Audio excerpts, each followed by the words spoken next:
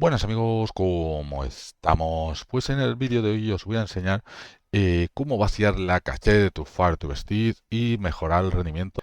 Para el que no lo sepa, ¿qué es la caché? Es algo que en informática, en sistemas informáticos, ordenadores, móviles, pues lo que hace es guardar, es como un almacenamiento temporal que guarda información de las aplicaciones para que luego la persona que las arranques arranque más rápido. Para, por ejemplo, cuando haces una página web, pues tienes cosas ya descargadas para que te la descarguen más rápido. Cuando es una aplicación, ya tienes esa aplicación parte descargada, y entonces al abrirla de nuevo, la abre más rápido. ¿Qué pasa? Eso en general siempre es bueno, ¿vale? Y normalmente pasa con los móviles y demás, no suele ser buena idea vaciarla en todas las aplicaciones porque al cabo de un tiempo se te va a volver a llenar. Pero ¿qué pasa? ¿Vale? Entonces dirías, ¿para qué tiene sentido este vídeo? Porque hay en ocasiones que, sobre todo los FireTube más antiguos, de primera generación y demás, más con memoria más limitada, pues eso se puede terminar llenando y además muchas veces pasa que hay aplicaciones que se cierran solas, que van lentas o no funcionan y suele ser por eso. Entonces te voy a enseñar aquí cómo vaciar la caché de esas aplicaciones, ¿vale? Yo esto como lo estáis viendo aquí, lo estáis viendo un poco raro porque lo estoy viendo desde el ordenador con un programa de control remoto que tengo, que ya os traje por el canal, que si me acuerdo lo pondré por aquí o en la tarjeta o comentario fijado, si no me lo decís. Vale, y os vamos a mostrar. Para ello nos tenemos que ir a la parte de pues gestionar las aplicaciones, ¿vale? Tenemos por aquí en la rueda de engranajes, como siempre, y por aquí tenemos App. Aquí aplicaciones, depende de la versión, han cambiado un poco, y esas cosas, gestionar las instalaciones. Gestionar las apps instaladas, ¿vale? A mí me pasaba sobre todo con una que empieza por K, Odi, que no después de usarla un tiempo, no sé qué, la volvías a usar y no te arrancaba y tenías que ir y vaciar la caché.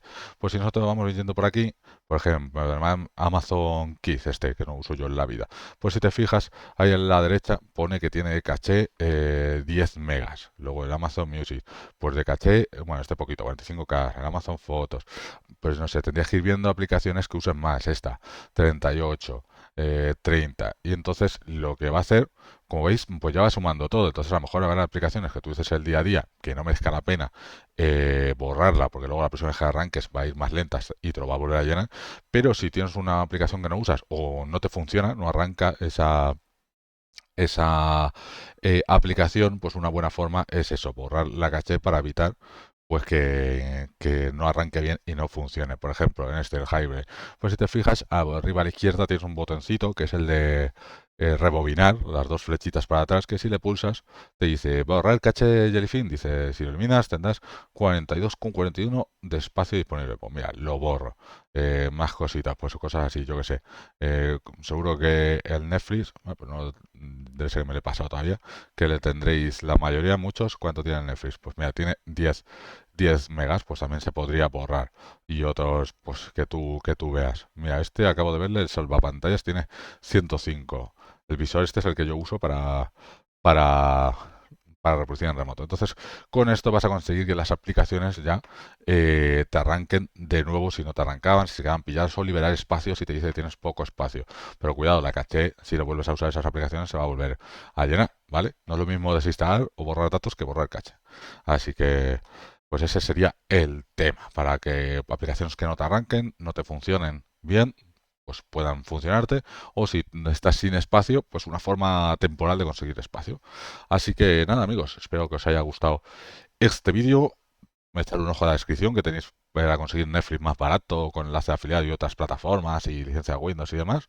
Y nos vemos en el próximo vídeo. Suscríbete. Hasta luego.